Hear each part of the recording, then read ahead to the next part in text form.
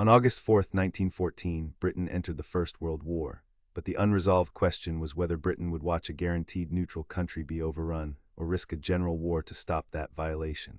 The unresolved question was whether Britain would watch a guaranteed neutral country be overrun or risk a general war to stop that violation. The decision did not arrive as a sudden appetite for battle. It came after weeks of crisis, one violated border, and a final evening in which diplomacy narrowed to an ultimatum. Germany had chosen its route through Belgium as part of a plan to strike France quickly. Belgium refused passage. Britain had long guaranteed Belgian neutrality, and British leaders also feared what German control of the Channel coast would mean for the balance of Europe. By late evening, a question that had divided ministers and citizens became unavoidable. Would Britain treat the invasion of Belgium as a distant continental problem, or as a direct test of law, security, and credibility? The crisis had begun with Sarajevo, but by August 4th it had reached railway platforms, ports, barracks, telegraph rooms, and crowded London streets.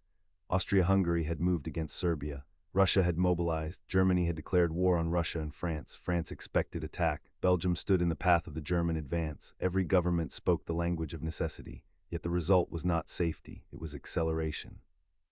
Schedules, alliances, mobilization orders, and fear of delay pushed Europe faster than political judgment could slow it. Belgium was small compared with the armies around it, but its position mattered enormously. The Treaty of London in 1839 had recognized Belgian neutrality, and Britain was among the powers attached to that settlement. To some British ministers, treaty obligation alone did not settle every question.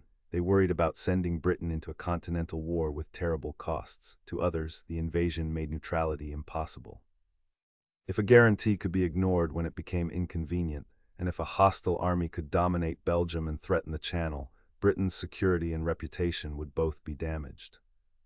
In London, Foreign Secretary Edward Grey became one of the central figures of the day. He had spent the crisis trying to prevent escalation, but by August 4th prevention was almost gone. Prime Minister H. Asquith and the cabinet weighed the moral case, the strategic case, and the political reality that German action in Belgium had changed the debate. The ultimatum demanded respect for Belgian neutrality and required a satisfactory answer by the night deadline. In Berlin, British Ambassador Sir Edward Goschen sought the German response from Foreign Secretary Gottlieb von Jagow. The conversation became famous because it revealed the distance between legal obligation and military planning. Germany defended necessity. Britain treated the violation as a cause for war. While diplomats spoke in formal rooms, ordinary people waited outside government buildings and palaces. Crowds gathered in London, watching windows, clocks, and messengers as if the city itself might reveal the answer. Some people cheered when war became certain. Others stood in silence, understanding only that life had changed. Railway stations and recruiting offices would soon fill. Naval watches tightened. Reservists prepared to report. Families began imagining departures that had been abstract only days before. The war entered households before many had time to understand the reasons. At the deadline, no acceptable German reversal came. Britain declared war on Germany. The announcement transformed a European crisis into a wider conflict tied to sea power and empire. Canada, India, Australia, New Zealand, and other parts of the British imperial world would be drawn into the struggle. The Royal Navy became central from the first hours. The British Expeditionary Force would soon cross to France. Belgian civilians would suffer occupation and displacement. What had been argued as law and balance became ships, uniforms, factories, casualties, and grief. The importance of August 4th is not only that Britain joined the war, it is that the reasons show how conflict can widen when plans, promises, and geography collide.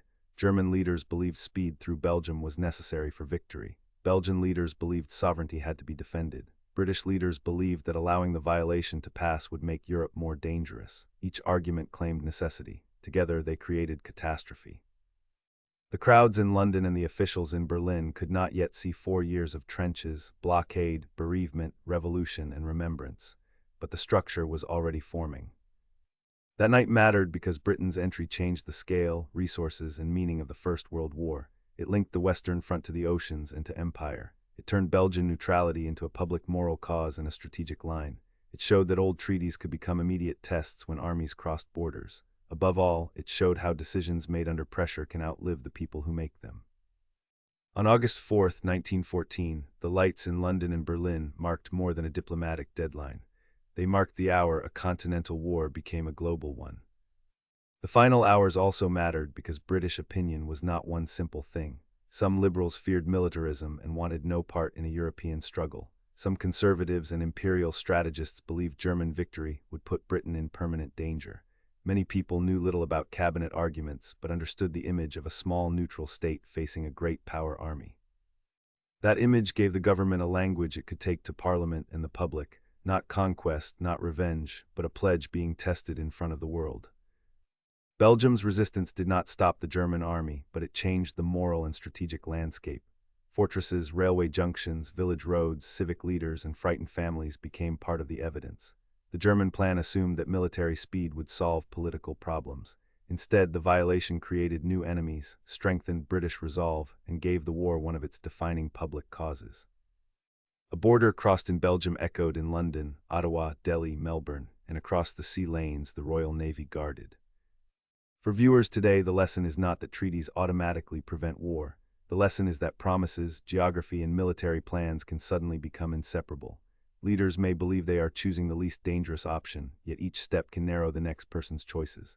On August 4th, the clock, the cables, the crowds, and the soldiers showed a modern crisis becoming irreversible in real time.